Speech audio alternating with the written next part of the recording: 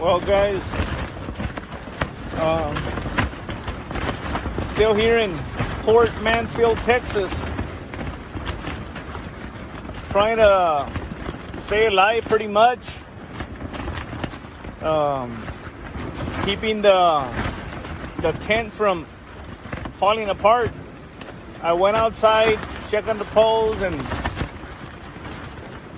some of them needed to be reeled in, so I just reeled them in completely, left them out. Nothing from what I was expecting. As you can see,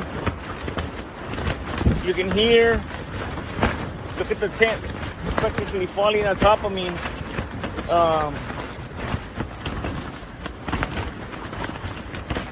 The stakes, they're not holding.